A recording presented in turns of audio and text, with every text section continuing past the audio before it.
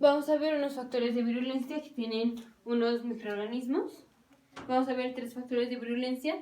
El primero que vamos a ver va a ser la proteína A. Esta va a ser una proteína que tiene el Staphylococcus aureus. El Staphylococcus aureus. Esto va a impedir la fagocitosis de la bacteria o va a impedir la opsonización. Entonces recordemos el proceso de la opsonización. En la opsonización tenemos aquí una bacteria que va a ser fagocitada por un macrófago o por un neutrófilo o bueno, por un macrófago. Entonces tenemos, aquí está el macrófago. El macrófago por sí solo puede fagocitar a la bacteria, pero tenemos dos moléculas que aumentan la fagocitosis, o sea, que hacen que el macrófago reconozca de una manera más rápido a lo que va a fagocitar. Entonces, esto aumenta el proceso de la fagocitosis y eso se le llama opsonización. Tenemos dos moléculas que hacen opsonización. Una es un producto del complemento que es C3b. Entonces, tenemos una bacteria a la que se le une el C3b. Esto es como un marcador para el macrófago donde dice, ya encontré algo y lo voy a fagocitar. Bueno, como se dije, así antropomorfizamos. Entonces se le hace más fácil al macrófago fagocitar la bacteria si está marcada con el C3b. O la otra es que esté marcada con una inmunoglobulina. Que la inmunoglobulina se una a la bacteria y al estar unida a la bacteria, la fracción cristalizable de la inmunoglobulina se une al macrófago. Y eso hace que el macrófago fagocite a la bacteria. Entonces, esto aumenta la velocidad de la fagocitosis como 1000 veces. Que si no tuviéramos estas moléculas, tenemos cierta velocidad a la que el macrófago fagocita a la bacteria. Pero si tenemos el C3b o una inmunoglobulina que se una a la bacteria, esto aumenta la velocidad a la que el macrófago fagocita a la bacteria como 1000 veces. Eso es la opsonización. Entonces, la proteína A, que es una proteína del Staphylococcus aureus, lo que hace es que impide la opsonización.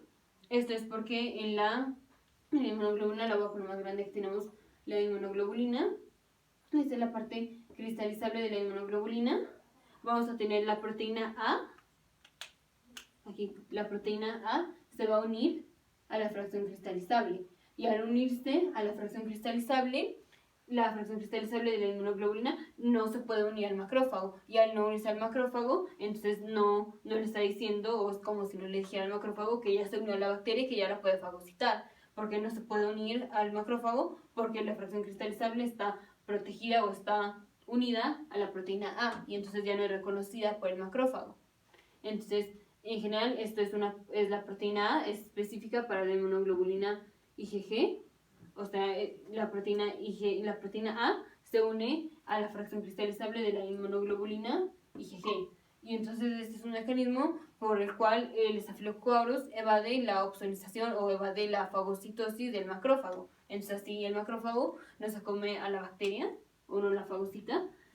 Este es un mecanismo de virulencia o un factor de virulencia del Staphylococcus aureus. Vamos con otro factor de virulencia. Tenemos la proteína M del Streptococcus pyogenes. Proteína M del Streptococcus pyogenes. El Streptococcus pyogenes es el que produce la fiebre escarlatina y el que produce la fiebre reumática. Entonces, la proteína M es igual antifagocítica, o sea, la proteína M hace que sea más difícil que el macrófago se coma o que fagocite a la bacteria. Entonces, eso es lo que hace que sea un factor de virulencia, que es antifagocítica. Y aparte, la proteína M se parece mucho a las proteínas que tenemos en las válvulas. Entonces, aquí tenemos el corazón, aquí tenemos las válvulas. Estas proteínas de las válvulas se parecen mucho a la proteína M. Entonces, si hacemos un anticuerpo en contra de la proteína M, ese anticuerpo puede hacer una reacción cruzada y aparte, además de atacar a la proteína M, puede atacar a las proteínas de las válvulas. Y eso es lo que da la fiebre reumática. Y bueno, lo que hace que sea un factor de virulencia para el Streptococcus pyogenes es que la proteína M es antifagocítica, o sea, hace que sea más difícil que el macrófago la fagocite. Y vamos con el último factor de virulencia. Este va a ser que estos microorganismos van a tener la proteasa de la inmunoglobulina A, de la IgA. Estos microorganismos van a ser Neisseria, Haemophilus influenza y el Streptococcus pneumoniae. Entonces, esta si es proteasa, es que es una enzima, y proteasa es de proteína, entonces va a romper a una proteína, la proteína que va a romper va a ser la inmunoglobulina IgA, entonces al no tener la inmunoglobulina IgA, o sea, rompen a la IgA, entonces tenemos bajos niveles de la IgA. Recordemos, la IgA protege la mucosa gástrica y la mucosa del tracto respiratorio. Es la principal inmunoglobulina en el tracto gastrointestinal y en el tracto respiratorio. Entonces, estos pacientes, los pacientes que están infectados con estos microorganismos, tienen la proteasa IgA. La proteasa IgA rompe a la inmunoglobulina A, a la IgA, y entonces ya está desprotegido el tracto gastrointestinal y el tracto respiratorio. Entonces, estos microorganismos pueden colonizar el tracto gastrointestinal, GI tract, o el tracto respiratorio. Y entonces se da la infección del tracto gastrointestinal o del tracto respiratorio, porque tienen disminución de la inmunoglobulina IgA, porque tienen la proteasa IgA que rompe a la inmunoglobulina IgA. Entonces, estos son tres factores de virulencia. Tenemos la proteína A, que se une a la fracción cristalizable de la inmunoglobulina IgG, impide la fagocitosis o la opsonización del macrófago a la bacteria, al Staphylococcus aureus.